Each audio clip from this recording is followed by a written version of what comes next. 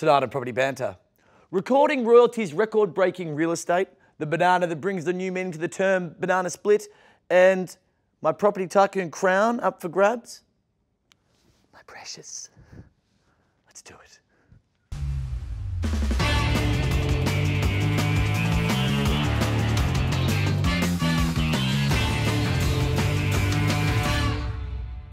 Hello, I'm Tom Baring, coming to you from the RatemyAgent offices. Joining us on the panel, Russell Cambridge, Director of Biggin & Scott Richmond, Tabitha Robb, Buyer's Advocate from Beckett Property, and a man that would never be caught dead in one of Mark's jumpers, Tony Blamey, Chief Product and Customer Experience Officer with Domain Group. Welcome, everyone. How are you, Tommy? Very good. Where is Grey Wiggle? Where is Grey Wiggle? He is snuck off to America for a secret RatemyAgent kind of deal. Tony, good mate of mine. Good Tony, mate.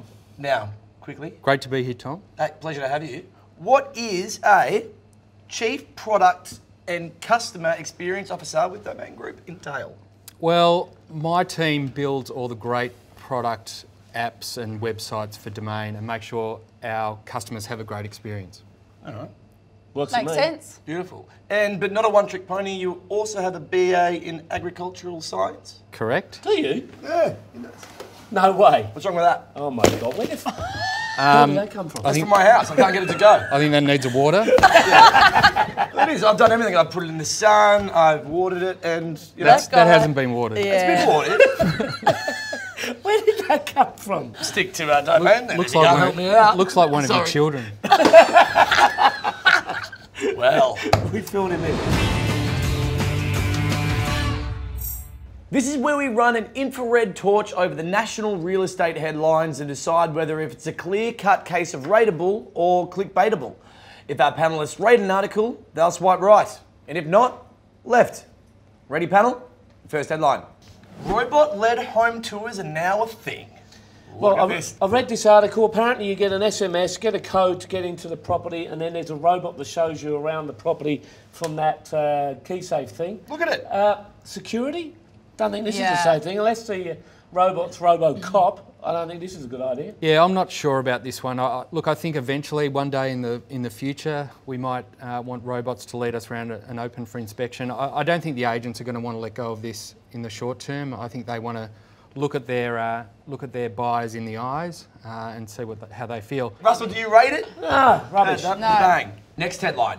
Dummy bids spark for calls at registrations and auctions. What it's trying to do is say that if you're registered, you're not going to have dummy bidders there, but what's to stop a vendor getting his mate to register as a bidder at the auction? I don't know. I think this is a load of codswallop. I think absolutely on this one, no question. They've been doing this in New South Wales for many years.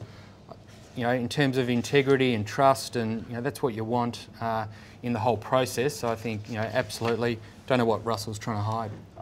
It's another rule change. You know, when are they going to tell me what colour tie I've got to wear at an auction? This is starting to really get my goat. Tabitha, can you break this lock? Yeah, look, I see it from both sides of the coin. I mean, up in Sydney, they've been doing it for years, as you said, and it works a treat. I actually was bidding on a property over in the west of Melbourne recently, and that real estate company decided to get buyers to register, so they would have the paddle so they could bid. And it did actually put me off a little bit, to be honest. Just because they've been doing it in Sydney. Auctions have been in Sydney for 15, 20 minutes. We've been doing it forever. This is the home of auction in Melbourne. We know what we're doing. Don't have to copy what they're doing up there. No, not interested. Sorry. Russell, what are you? Straight away. Against? Yeah, I'm not for them. Just because I'm not used to them. Next headline. Last minute reserve prices play havoc at home auctions. You know, last minute havoc. No, never tie someone down to a price. It's their property. They sell for what they feel comfortable at. Yeah, I think that's right. It's the vendor's property. Let them have the ultimate decision, and if that means they don't want to sell or they want to move their reserve price, so be it. Tabitha. Well, no, I think the reserve price, everyone thinks it's this magical one number for vendors. It's definitely not. It never is, never has been. I know that some agents do this as dodgy tactics, but then there's... Wow. What don't they do dodgy? You know what? We've actually been advertising a few properties recently with a reserve. So, flexibility, shit. Don't telling everyone what to do all the bloody time. Flexibility! But there's certainly more properties being advertised with price. That's what buyers are after. They want transparency. So that part of it is a good thing, but let the vendor change the price. Do you rate it, Russell? I disagree with this. Left. I disagree.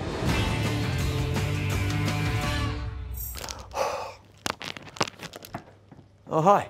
Last week I was crowned the winner of the Property Tycoon ladder, and as such I haven't taken my crown off all week.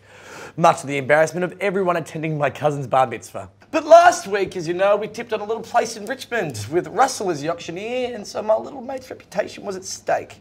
But what Russell didn't know, that I snuck along to the open house to have a closer look and do some investigating of my own. Let's have a look. To keep my crown as the king of Property Tycoon, I'm going undercover as Thomas Incognito, Ghost Hunter. And every now and then, people like my friend Maddie make sure they get me in to make sure the house is clean before we sell. So why don't you show us around this property and see if we've got any spirits with us.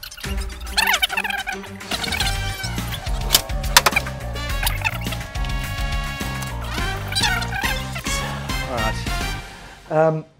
Personally, I think I've seen enough. There is a spirit here, and you want that gone prior to the sale. Quite simple, really. What it does is it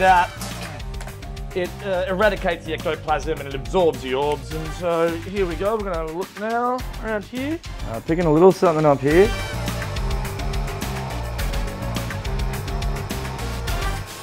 Careful, Maddie.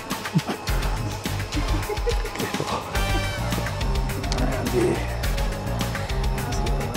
What do you think the house is going to sell for? Shock it. Big 5. Big 5. That yell, spirit be gone. Spirit be gone. Good. The house is cleansed. Let's have a look at the panel's tips, shall we, now that I have the edge. Russell, 580. Tabitha, 570. Mark, 620. He knows my ability. Overcooked it. Yeah, overcooked massively. No. What would you have gone for that one? I would have lowballed at about 560 if Russell was doing the auction. 560. Oh! Shots fired What on was the that? panel. Sorry, Tony, what number was that? What number did you say? 560. Let's have a my tip, shall we? Oh, just lower me. than You've been Tom. gazumped. Just me and Domain are kind of on the same page when it comes to property because, you know, they're the king of online and I'm the king here, so... Thank you, Tom. Great minds. Russell, you were the auctioneer, but your face isn't giving anything away, so let's have a look at what happened. Not too far away from a point where we can sell, but not quite there yet at 550 on bid. First time, looking for 5. Second time, oh, thank you and welcome, 55. Can I say 60, sir? 55's here in front. Another 5? I have it at 60. 65. 70 or 65, sir? 60 on bid here. 65? 70's yours. At 65. 67 and a half. 65. At 565. Taking 5. 2.5 if you like. At 565 I'm bid. First time, 2.5. Second time. Third and final time at 565. Are you all done? Silent. 2.5 anywhere? No further bids? 565. First, second, third and final time. Are you all done? Silent. Did you just pass it in at 565? Yeah. Keep watching. We're doing the paperwork now. It's sold for 580.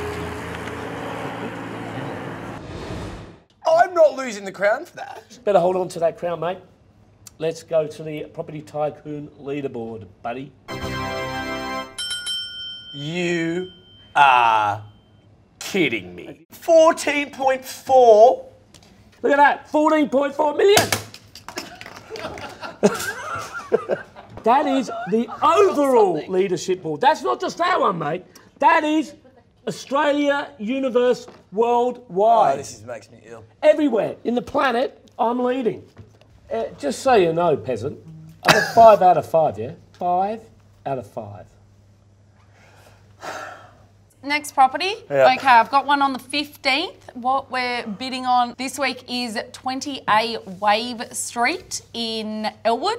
Chisholm and Gaiman. 3 bedroom, 1 bathroom, 2 off-street car parks. They're quoting about 1.15 to 1.225. Have you downloaded the app yet, Tony? Yep, sure have. Download the app, App Store, Property Tycoon. And remember everyone, massive prize at the end of this season, $5,000. So put your tips in. We're not eligible, thank God, because Russ might bait us all. But $5,000, so jump on board.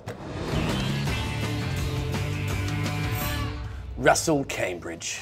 It's a name that strikes fear into the hearts of his competitors and sent Richmond restaurateurs running to the kitchen to order another batch of tiramisu. Russell, which celebrity clues have you been dishing up for us today? Alrighty guys, here we go. Located in Palm Beach, Florida, this 9,300 square foot grand beachfront home is up for grabs for 16.9 million. Perfect for big shots. I feel like I know whose house this is. Beyonce and Jay-Z.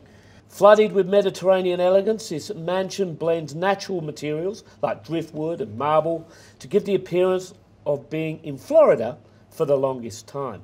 Great Hollywood movies, Forever Green we've got there. There's a couple of birds going around. Trying to pick it up. The kitchen has barrel vaulted ceilings complete with Chicago brick and Mediterranean influences that you could alter or leave just the way it is. Just the way you are. The private beachfront means water views from nearly every room with balconies galore to have many tender moments on. Out back there's a pool terrace with cabana, fireplace and boardwalk to the beach, which will have you in a complete Florida state of mind. Now you're going to win it now. You ready? 8 luxury bedrooms with stately bathrooms that uptown girls will love. Billy Joel. I bet you. Rightio, the I got living that room is just perfect at 9 o'clock on a Saturday when a regular crowd shuffles in to hear Piano Man tinkle the ivories. Well done, Billy. Oh, good one. You know what? Billy.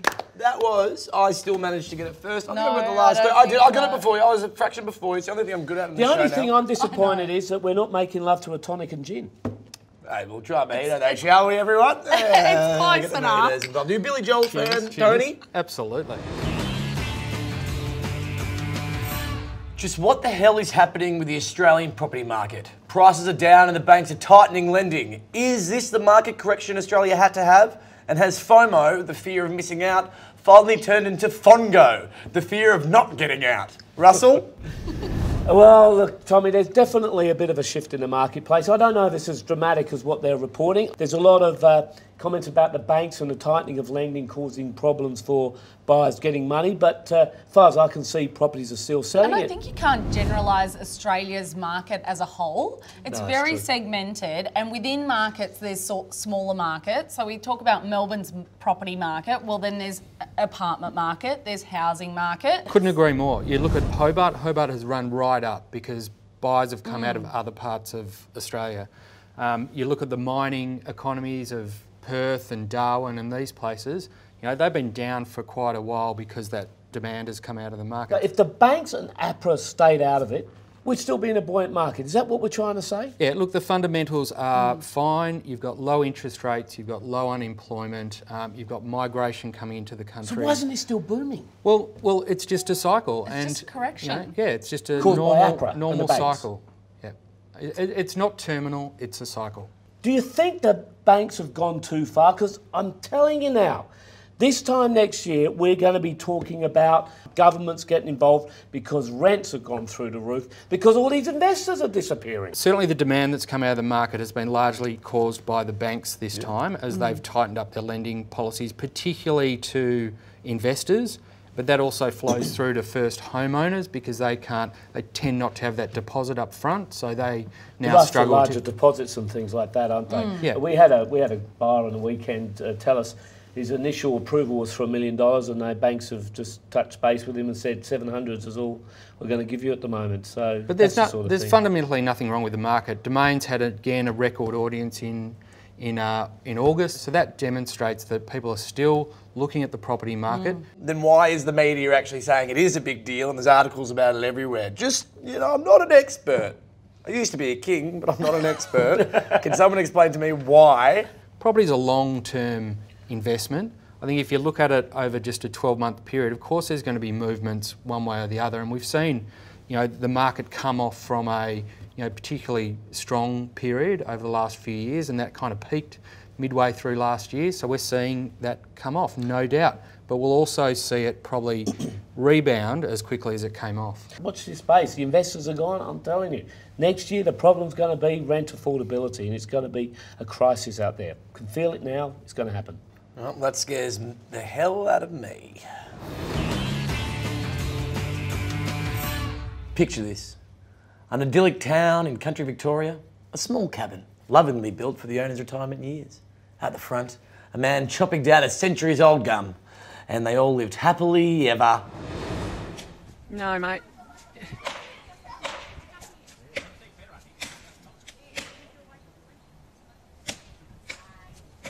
It's splitting. It's splitting. It's been on that. In which case I'm going under this car. Why do men in hired vids have so much authority? That actually not going to chop that tree down. Yeah, that's a big tree. He did not just put his hand on that tree and try and push it.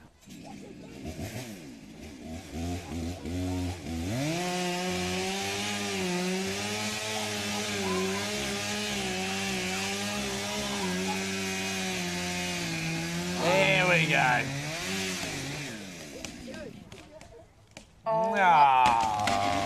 Oh, carrot.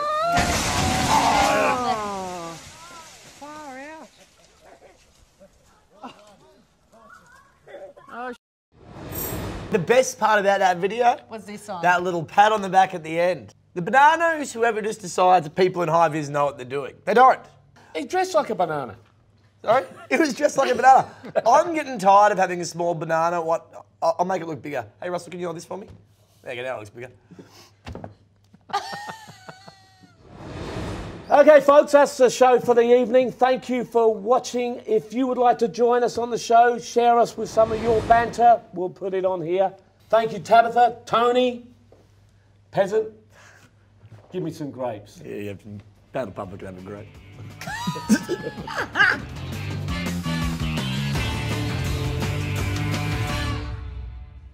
The crown's up for grabs.